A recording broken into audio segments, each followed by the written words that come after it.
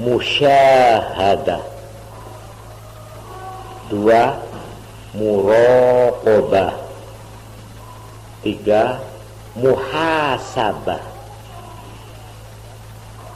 Musyahadah artinya kita melihat Tuhan. Muraqabah, Tuhan melihat kita, Tuhan mengawasi kita. Lalu yang ketiga muhasabah, kita mengawasi diri sendiri. Itu muhasabah. As-sabi'u yang ketujuh, hadis yang ketujuh, an Abi Ya'la, diperoleh dari sahabat, nama gelarnya Abi Ya'la, namanya sendiri Syaddad ibni Aus radhiyallahu anhu, diperoleh anin Nabi sallallahu alaihi wasallam qala, bersabda Nabi, al-qayyisu,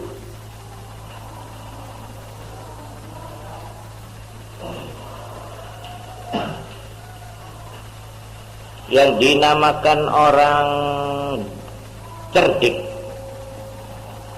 Al-qayyisu, yang dinamakan orang cerdik, man dana nafsahu, yaitu orang dana nafsahu, yang mengontrol dirinya sendiri,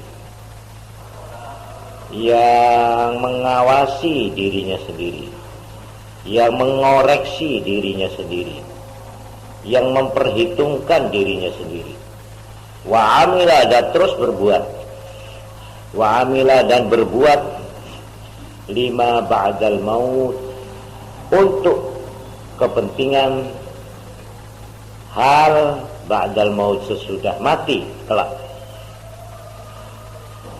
Orang yang cerdik ialah orang yang selalu memperhitungkan dirinya dan mempunyai pandangan yang jauh, mempunyai penglihatan yang jauh, bukan hanya bekerja untuk kepentingan hari tuanya. Saya sekarang bekerja membanting tulang, mencari uang, supaya nanti kalau hari tua saya bisa pensiun, supaya kalau sudah tua saya pada waktu sudah tidak kuat bekerja, saya bisa hidup senang. Itu umumnya orang begitu. Tapi ini lebih dari itu. Saya bukan hanya untuk hari tua, tapi lima ba'dal maut, untuk kepentingan nanti sesudah mati.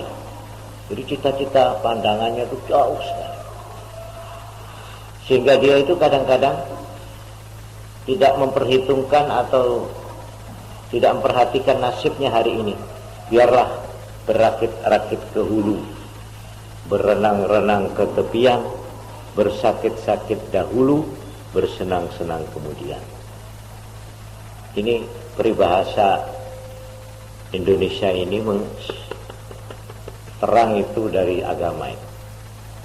Biarlah, karena itu di sini dikatakan wal ajizu, orang yang tidak mampu atau orang yang lemah adalah man atba'a nafsahu, orang yang mengikutkan dirinya, memperturutkan hatinya, hawaha keinginannya. Orang yang memperturutkan hawa nafsu, ini dari kata-kata ini sebenarnya ini dua itu. Nafsu itu hati, ya. Hawa itu keinginan. Lalu sekarang sudah menjadi bahasa Indonesia hawa nafsu, keinginan hati. Keinginan dalam arti zahir, keinginan dalam arti bersenang-senang, atau dengan perkataan lain dalam bahasa Arab disebut syahwat. Syahwat itu apa? Yashtahi, ingin. Ma tashtahihil anfus. Jadi syahwat itu sesuatu yang bersifat kesenangan lahir, yaitu yang dimaksud kesenangan perut, ini pokoknya, dan kesenangan farji. Syahwatul batni dan syahwatul farji. Kesenangan apa? Makan perut, makan minum, Wa syahwatul farji, syahwat kelamin, seks. Ini pangkal dari yang disebut hawa nafsu. Orang yang memperturutkan hawa nafsunya, ngumbar, itu sebenarnya adalah orang yang lemah. Bukan orang gagah dia, bukan. Bukan perkasa, bukan orang yang orang yang gagah perkasa, tapi orang itu sebenarnya ajiz, orang yang tidak berdaya, orang lemah mentalnya, artinya lemah jiwanya. Dalam pada itu dia memperturutkan hawa nafsunya, tapi watamanna 'ala Allah, mengharap-harap gantang, ya, mengharap-harap kosong. Jadi tamanna itu lain dengan yarju, ya. Kalau yarju roja, mengharap-harap rahmat Allah, ya, dengan mengerjakan perintahnya, itu roja, ya, taroji. Tapi kalau mengharap-harap rahmat Allah tapi dia tidak berbuat apa-apa, malah menyalahi, itu namanya tamanni. Itu bedanya taroji dan tamanni. Wa tamanna, dan mengharap-harap kosong, 'alallahi, kepada Allah. Masa Tuhan tidak rahmat, tidak rahim kepada saya, mamanya, ya. Tapi dia tidak berbuat yang positif, tidak berbuat apa-apa. Ini hadis yang pertama. Yang pertama dalam pengajian sekarang. Ingin saya teruskan. Ini sahabat, saya kembali sebentar. Abi Ya'la Shaddad ibni Aus. Ini pun perlu kita kenal, karena sahabat ini banyak juga menceritakan hadis-hadis, yaitu menurut catatan di sini, hadis yang diperoleh dari Shaddad ibni Aus, Abi Ya'la ini 50 hadis. Artinya hubungan sahabat ini dengan hadis-hadis, beliau ini 50 hadis yang diperoleh lewat beliau ini. Antara lain hadis ini. At-taminu, yang ke-8, an Abi Hurairah, diperoleh dari sahabat Abu Hurairah radhiyallahu anhu. Qala, bersabda beliau. Qala Rasulullah sallallahu alaihi wasallam, bersabda Rasulullah. Ini hadis. Min husni islamil mar'i tarkuhu ma la ya'ni.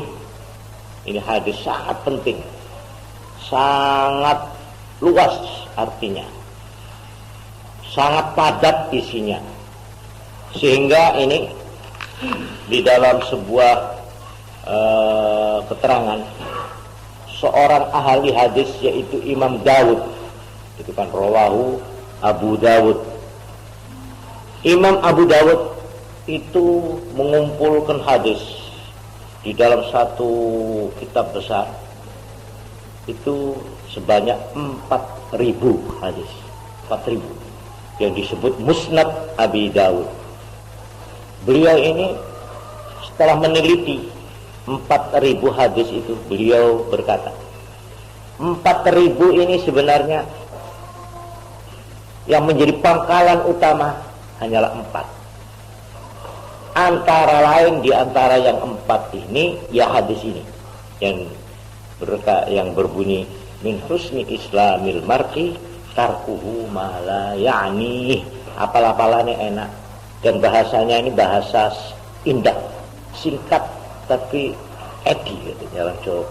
Edi, pengen, bagus, indah. Min husni islamil mar'i, termasuk baiknya Islamnya seseorang. Min husni islamil mar'i, termasuk kesempurnaan dan kebaikan Islamnya seseorang. Nah, kalau kamu ingin menilai Islamnya orang ini baik apa enggak, nah, untuk menilai itu, lihat saja ini.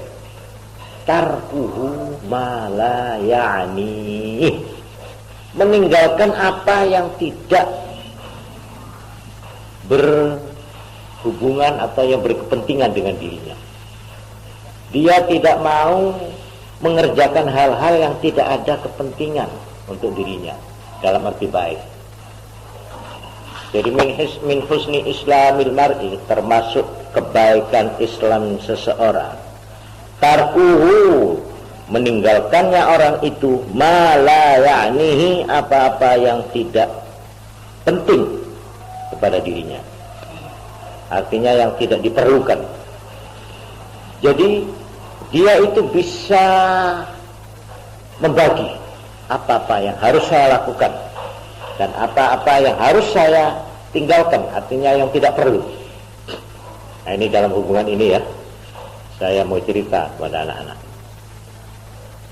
Di dalam cerita-cerita lama, yaitu di dalam cerita detektif,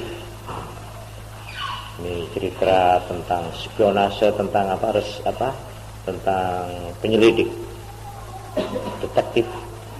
Ini ada satu tokoh yang sangat terkenal namanya.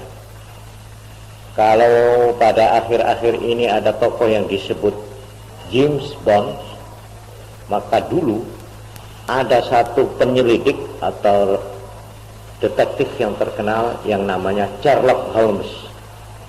Sherlock Holmes ini seorang tokoh yang entah ini betul-betul ada atau tidak, tapi terkenal itu. Dari Scotland Yard, dari Dinas Rahasia Inggris. Ini terkenal di dalam penyelidikan dan pembongkaran kejahatan-kejahatan. Soal-soal kriminal, wah dia kalau sudah ditangani oleh Sherlock Holmes, biasanya itu tidak bisa lari kerjanya. Bagaimanapun dibungkus dan disembunyikan perbuatan mereka. Ini terkenal. Kalau orang ahli baca ini cerita-cerita detektif ya, tentu mengenal nama atau sedikitnya mendengar nama Sherlock Holmes.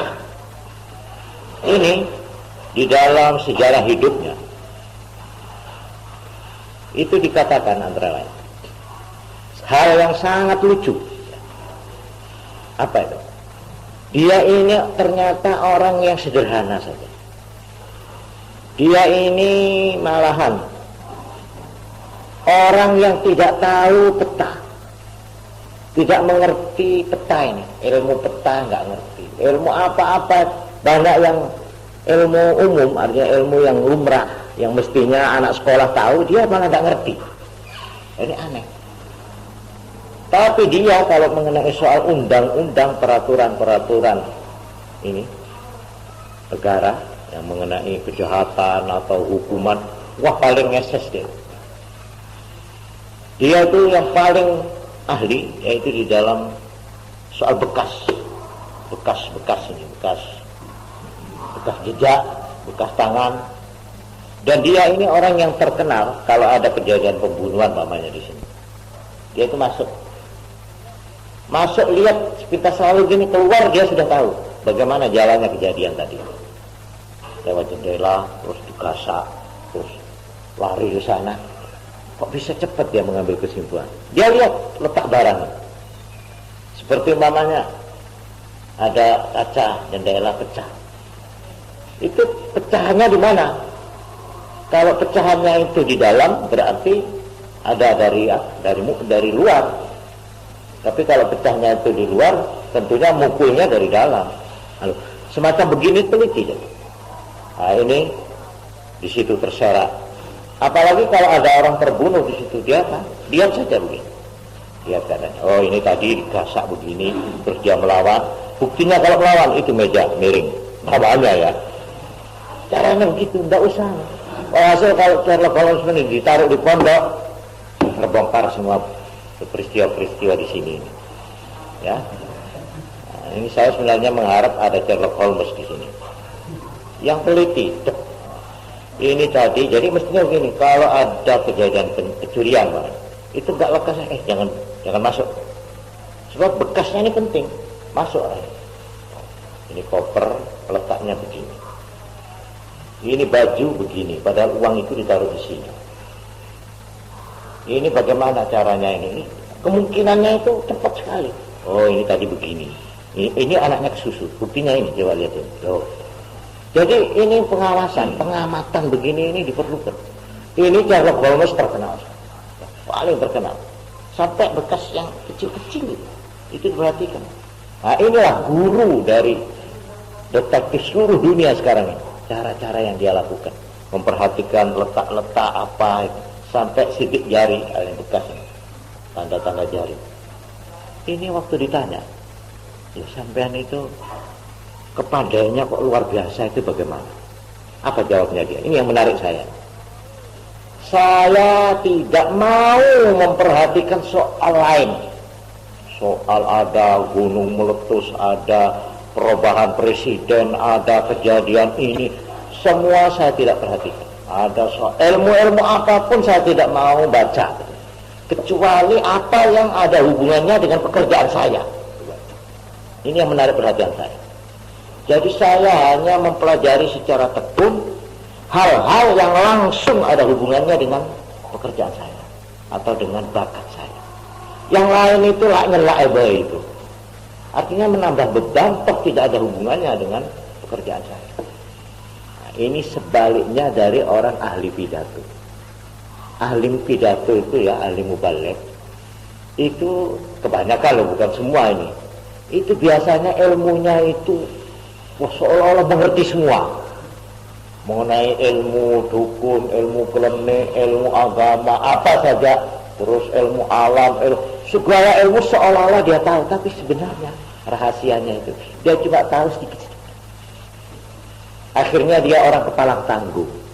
Kalau ditaruh di satu tempat nggak bisa berbuat apa-apa. Tapi kalau maaf ya, kalau disuruh ngoceh, paling pintar dia. Bahan cerita cukup dia. Mengenai wanita bisa dia cerita.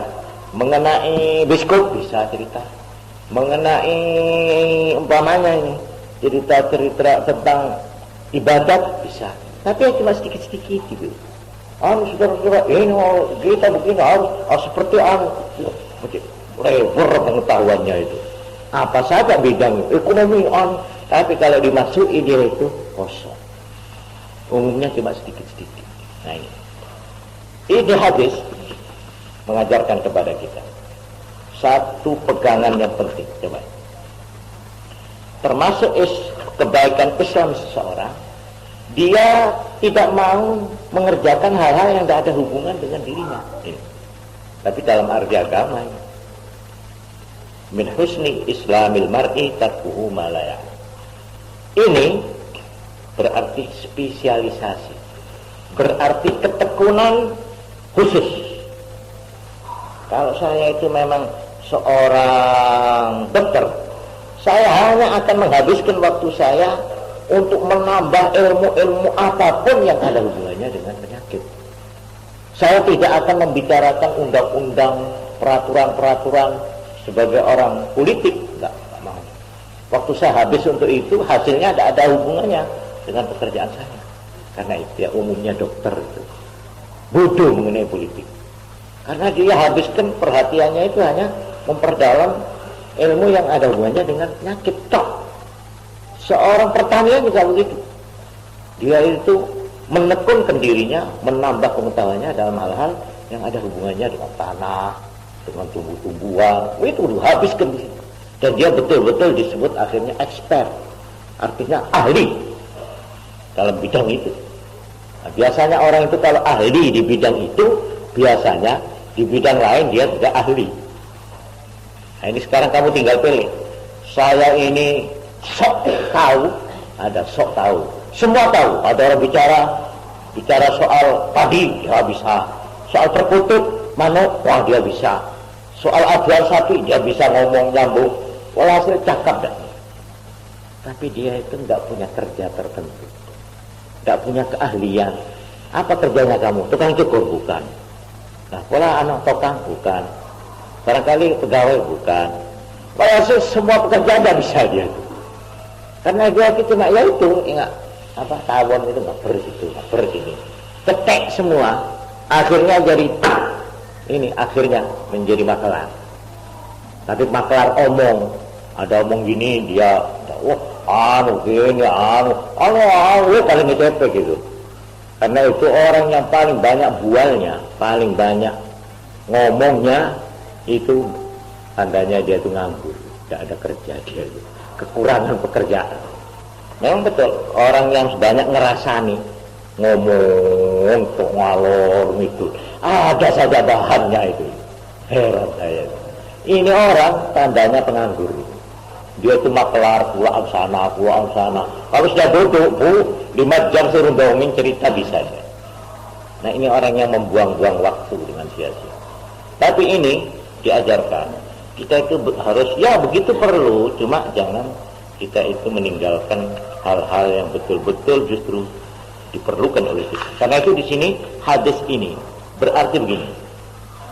Termasuk Islamnya, termasuk kebaikan Islam seseorang, yaitu satu, orang yang pertama kali berusaha untuk memelihara tubuhnya, tubuh jasmaninya. Ini pertama. Sebab tubuh ini harus dipertahankan, harus dipelihara.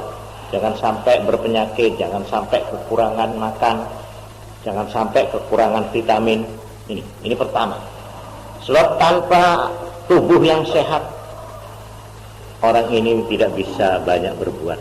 Jadi pertama, menjaga tubuhnya. Nomor 2, otaknya. Sesudah dia itu tubuhnya dipelihara, dia bekerja cari uang namanya.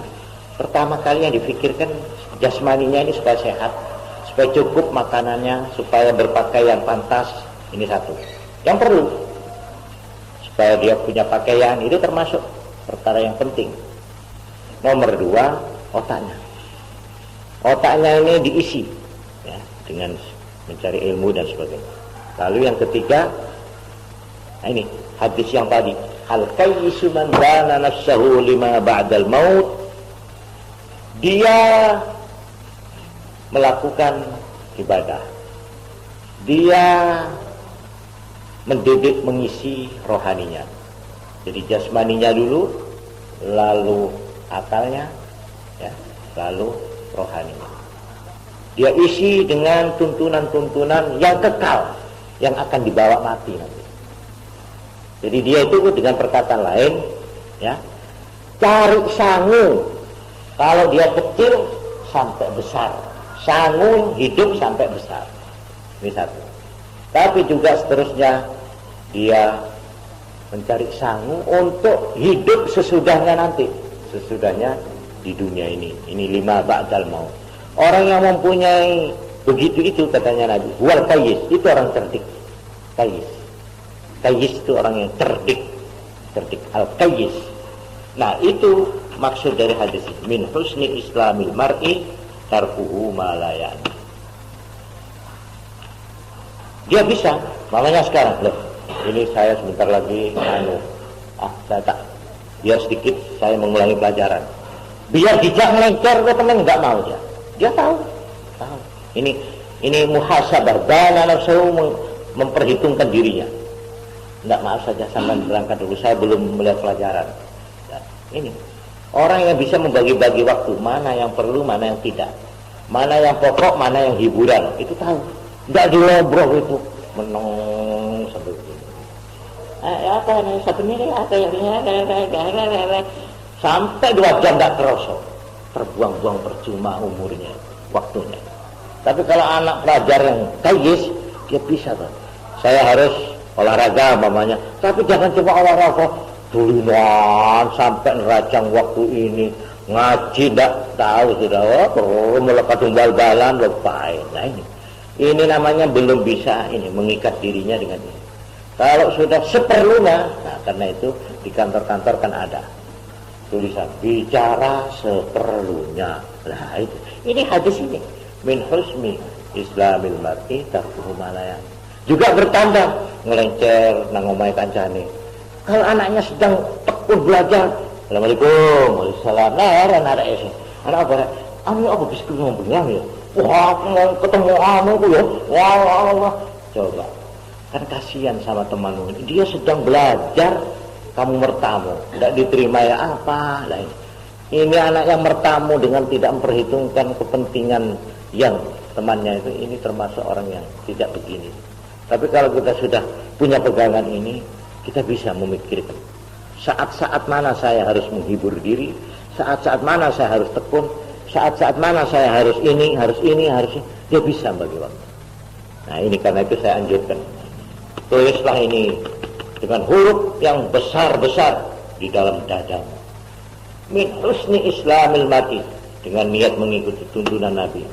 Termasuk kebaikan Islam seseorang, tarkuhu ma la ya'nihi, meninggalkannya dia terhadap barang yang tidak langsung menjadi kepentingan dirinya. Bukan kepentingan dalam arti elek ya, kepentingan dalam arti yang baik. Nah ini haditsun hasanun rawahu Tirmidzi wa ghairuh, wallahu a'lam bissawab. Al-Fatihah. Alhamdulillah. Allahumma shalli ala Muhammad.